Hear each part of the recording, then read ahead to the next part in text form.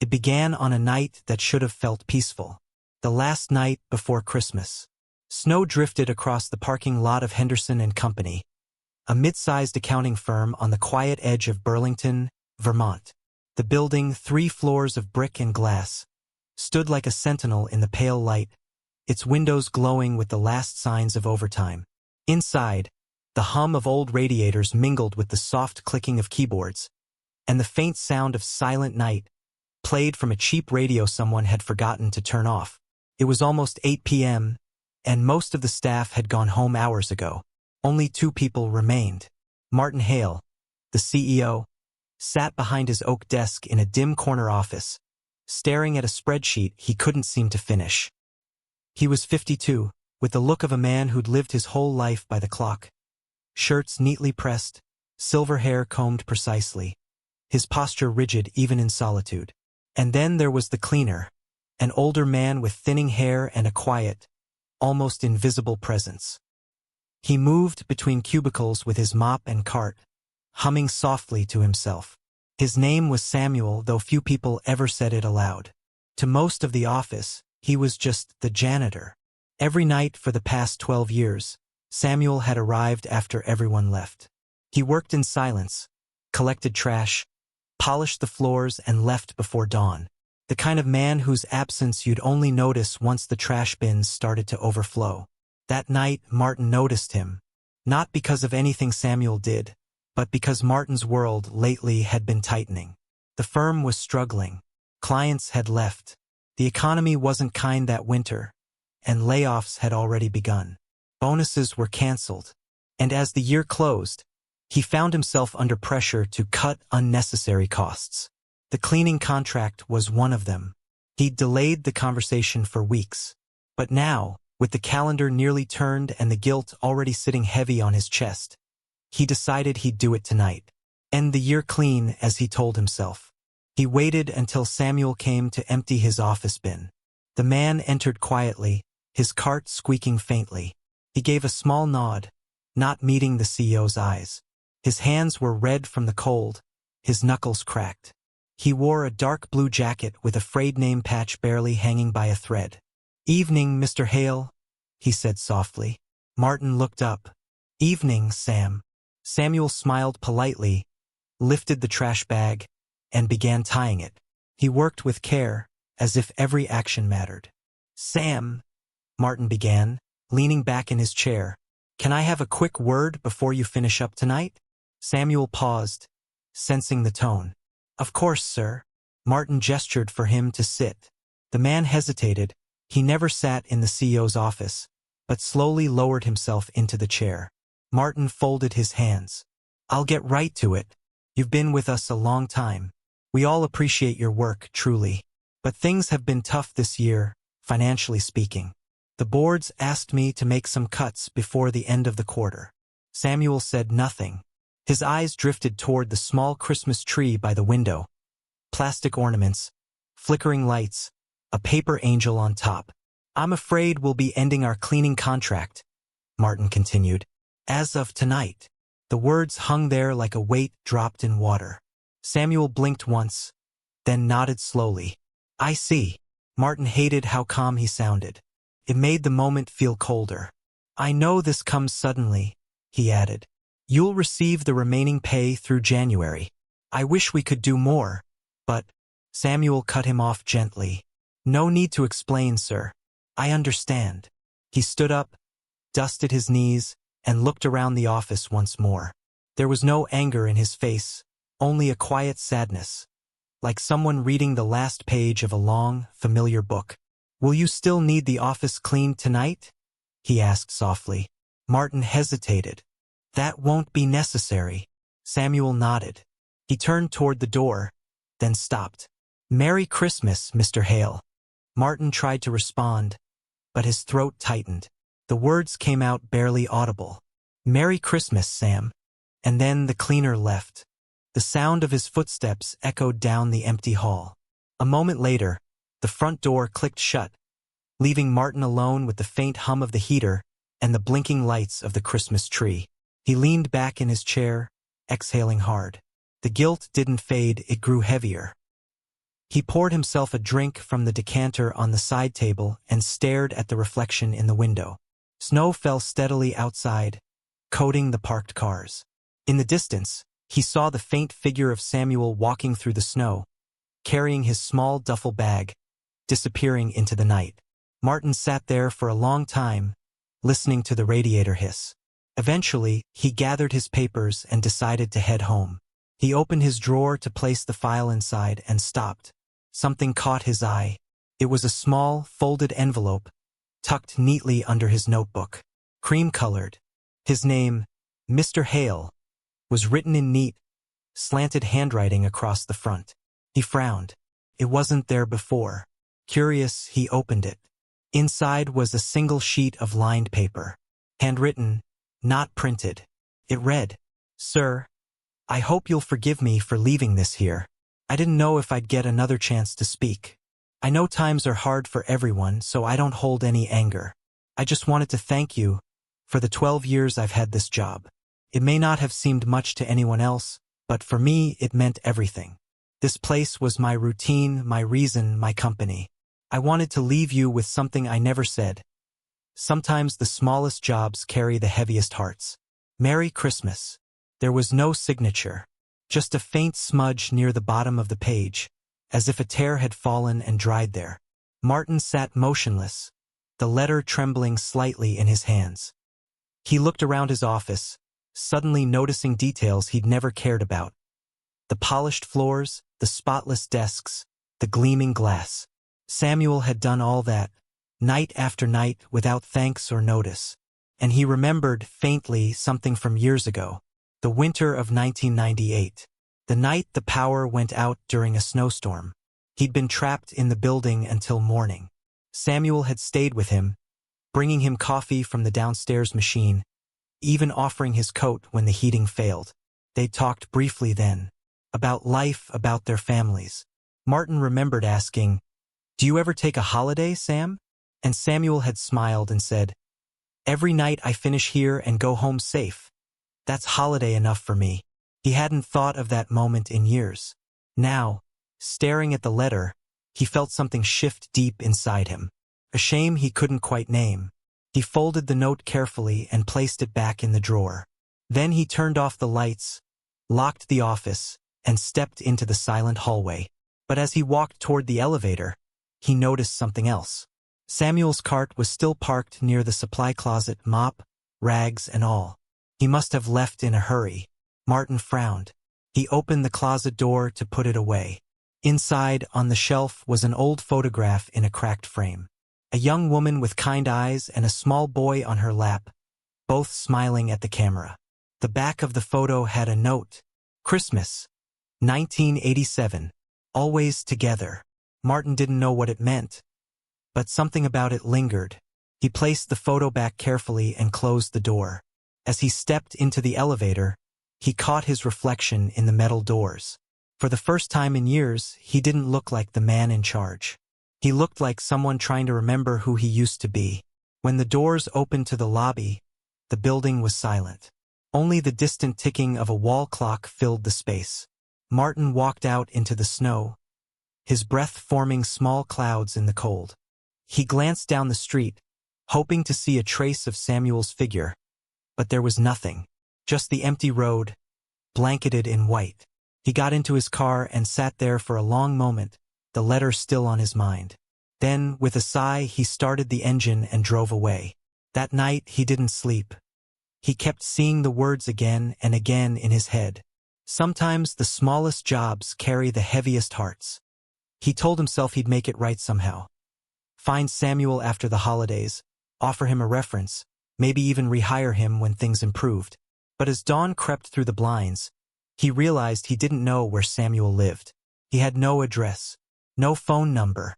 12 years, and he'd never once asked.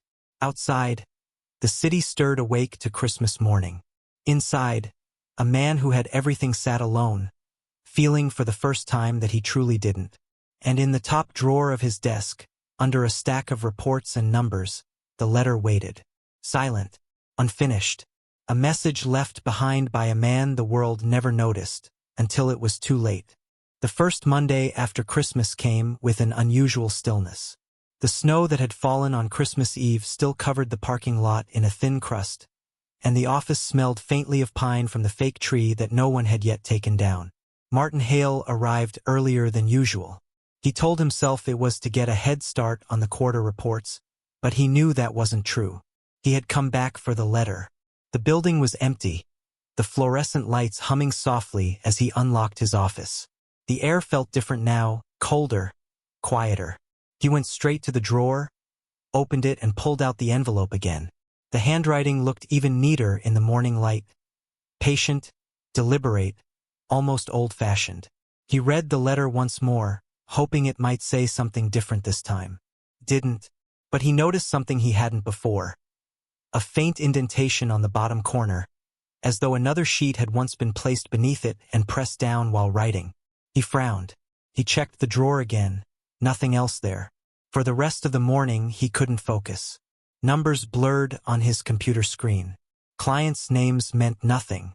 Every sound, a phone ringing, a copier starting, made him turn his head toward the hallway, half expecting to hear Samuel's cart rattling softly past his door. By noon, he couldn't stand it anymore. He picked up the phone and called Linda, the office manager. "Do we have any contact information for the cleaning contractor?" he asked. Yes, sir," she said after a pause. "Though that's handled through facilities." "Why?" "Just need to confirm the last invoice," Martin replied quickly. A few minutes later, she forwarded him the file. The company name, Brightmaid Services, was printed at the top, along with a list of staff who'd worked on-site over the years.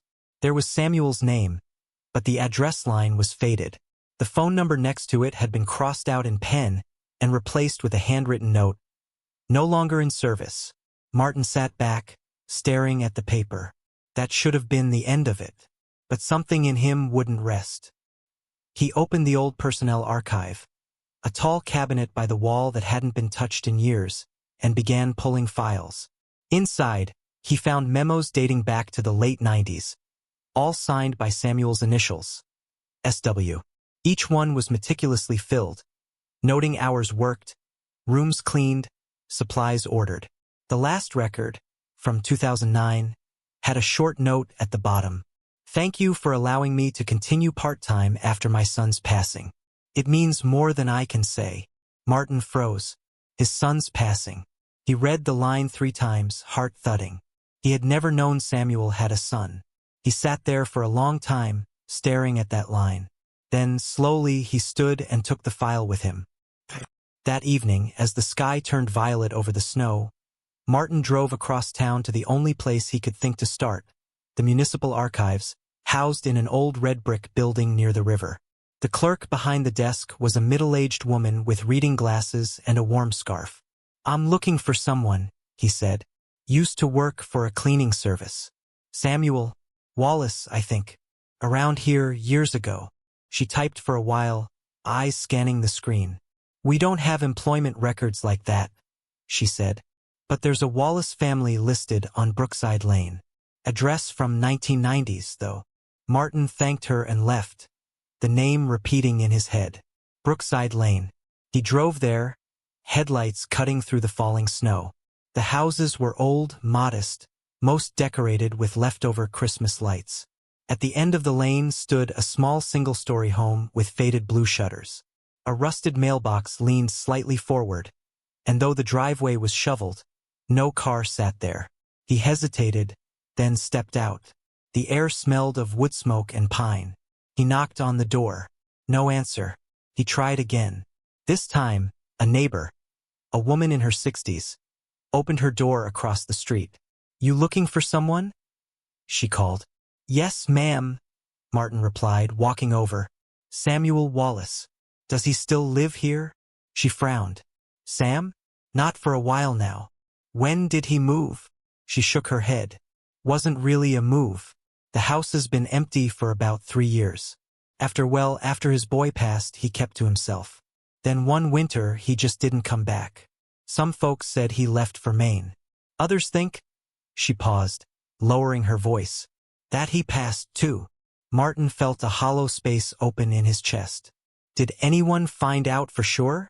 Not really. A friend from his church cleaned the place out last year. I think she still lives nearby. Name's Mrs. Dillard. He thanked her and got the address. Mrs. Dillard lived 2 streets over. She was a kindly woman with silver hair and a face marked by years of kindness and sorrow. When Martin introduced himself, she studied him for a moment, then gestured for him to come inside. "I know who you are," she said quietly as they sat by the fire. "Sam spoke of you sometimes. Said you were a fair boss if a bit busy." Martin smiled faintly, though the words stung. "I wish I'd been more than that." She nodded slowly. "I heard about his son," he said. "What happened?"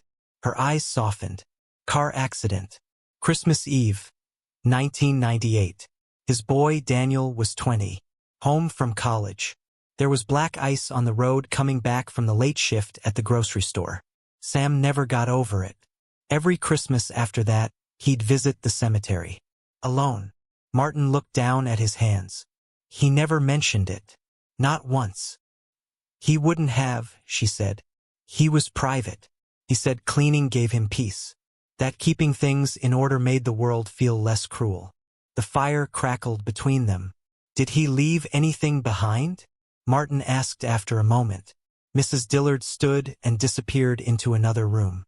She returned with a small cardboard box. "Just a few things from his locker at the cleaning company. They said I could keep them or throw them away." Martin opened it carefully. Inside were simple items. A pair of work gloves, a faded wallet, a folded newspaper clipping about a traffic accident, and a sealed envelope. The envelope was addressed, in that same careful handwriting, to Mr. Hale, if ever found. Martin's breath caught. He looked at Mrs. Dillard, who gave a quiet nod. "Go ahead." He opened it slowly. "Sir, if you are reading this, it means I didn't get to hand it to you myself.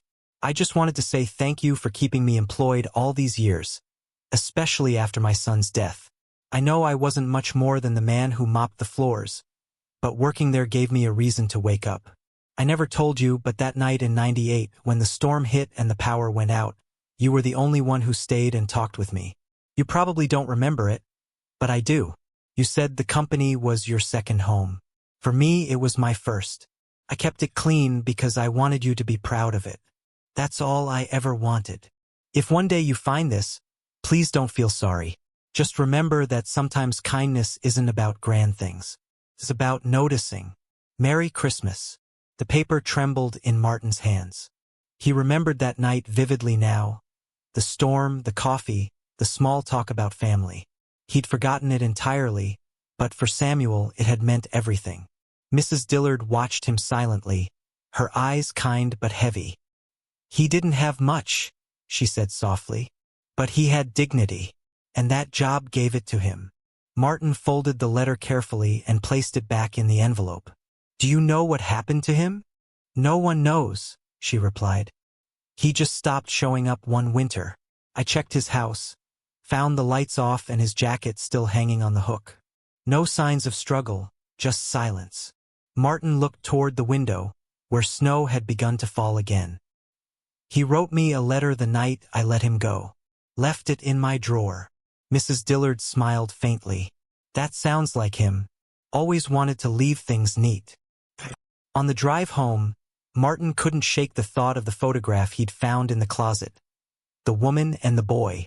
He pulled into his driveway and went straight to his study. The photo was still in his briefcase. He turned it over again, reading the words on the back. Christmas, 1987. Always together. He realized, with a chill, that 1987 was the year before the accident. He looked closer and noticed something faint in the corner. A small engraving on the frame. B and S. Photography, Maple Street. It was an old studio downtown. Closed years ago. But maybe someone there or someone who took over still had archives. The next morning, he went to Maple Street. The photography shop was now a cafe, but the owner, a young woman, pointed him toward a small antique store next door. Inside, among dusty frames and fading portraits, he found a shelf of old records from the original studio. He flipped through until he found it. Wallace, 1987. The envelope inside contained negatives and a receipt, but also a note written in the same hand. For Daniel, so he remembers his mother's smile. Love, Dad. Martin stared at it for a long time, the connection finally clear. Samuel's wife must have passed before 1987. The boy in the photo was all he had left. He had lost her first, then his son. And still, he came to work every night, quietly, faithfully, carrying that weight while polishing other people's lives clean. Martin left the shop and stood in the cold, the photograph in his hand.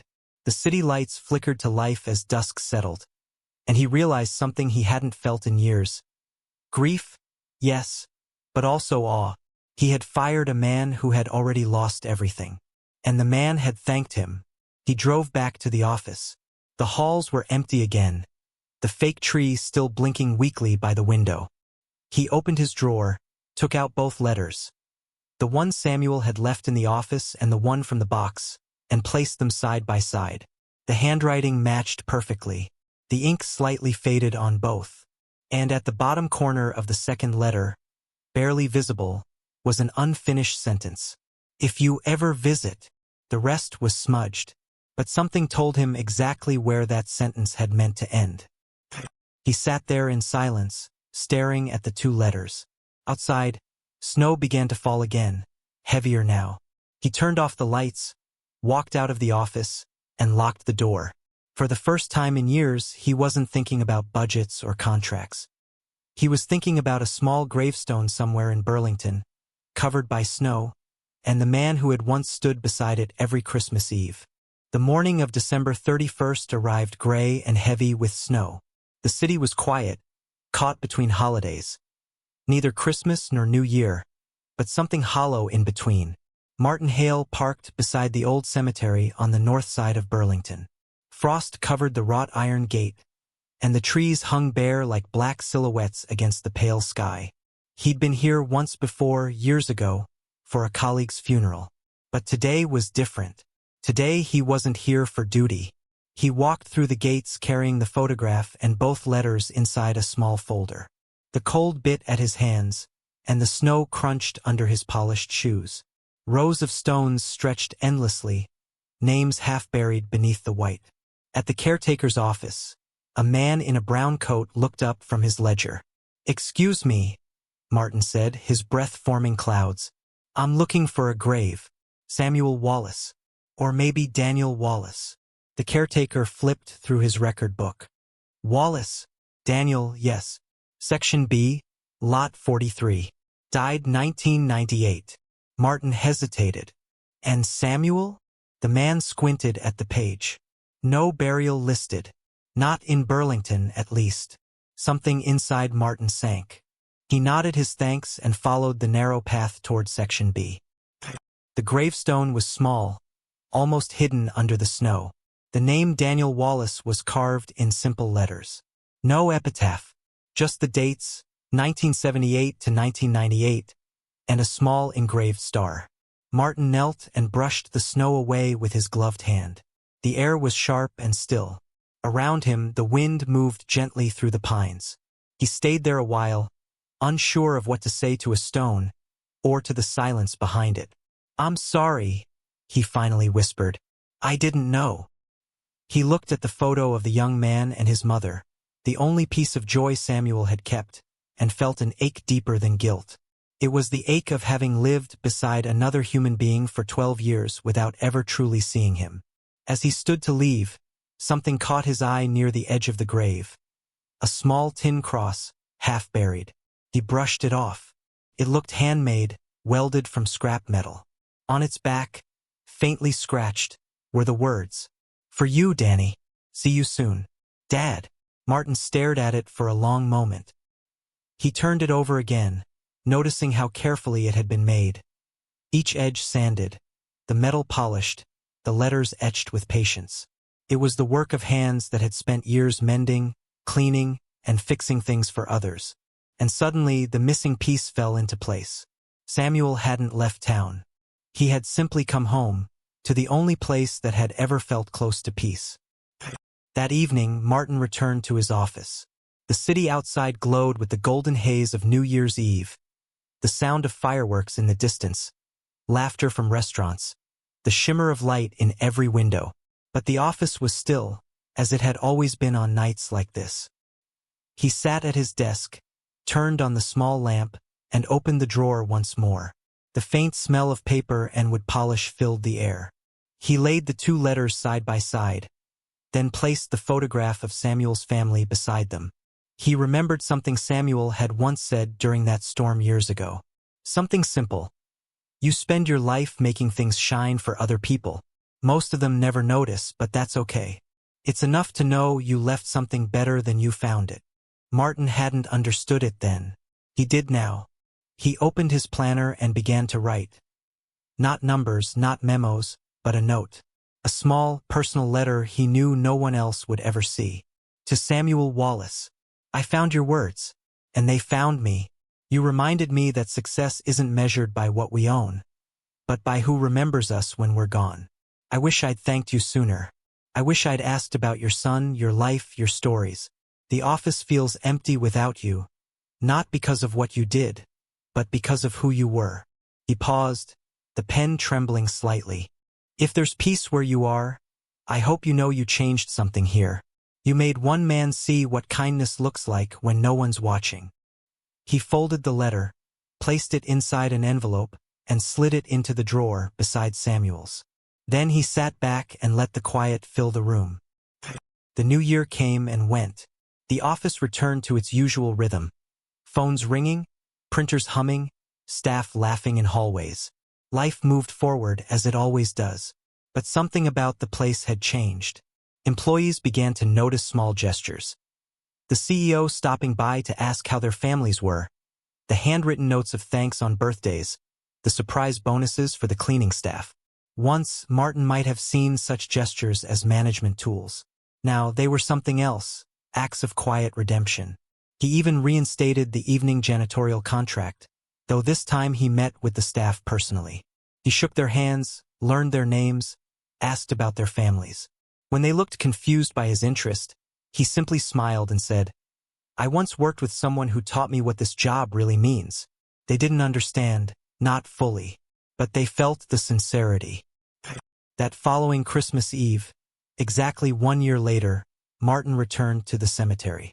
He brought a small candle, a single white rose, and the photograph in a protective frame. Snow was falling again, soft and endless. He placed the candle beside Daniel's grave, then rested the rose on the snow. For a long moment he stood in silence. Then he spoke, not to the stone, but to the cold air, as if the man himself were standing beside him. Thank you, Samuel, for reminding me that some lives are built not on what's seen, but on what's quietly done. The flame flickered in the wind, then steadied. In the years that followed, Henderson and Company changed in ways subtle but lasting. The company introduced a new tradition. Every Christmas Eve, a small framed letter was placed in the lobby, under the lights of the office tree. No one outside the firm ever saw it, but every employee read it once before going home. It was the letter Samuel had written, the one that ended with, sometimes the smallest jobs carry the heaviest hearts. No signature, just those words. And beneath the frame, a simple brass plaque read, in memory of S.W. who taught us to see. Years later, when Martin finally retired, his successor found the drawer still holding both letters and the photograph. Nothing else. He left them there, untouched. And every December, when snow began to fall over Burlington and the office lights glowed against the dark, someone would pause by that framed letter in the lobby, reading it slowly, quietly, like a prayer. Most never knew who wrote it. Some didn't even ask.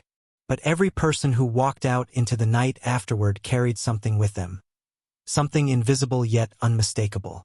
A reminder that sometimes, the people who leave the smallest footprints are the ones who change the path entirely. That winter, long after the office had gone dark and the streets lay silent under snow, the wind moved softly through the trees above the cemetery. It swept across the stone that bore Daniel's name, over the ground where his father had once stood, and carried on toward the city lights below. If you had been there, you might have sworn you heard something in that wind. Not words exactly, but a quiet hum, like a man humming to himself while he worked, long after everyone else had gone home. And in that hum lived a truth that no one could erase, that the worth of a life is not measured by who remembers your name, but by the small, unseen kindness you leave behind.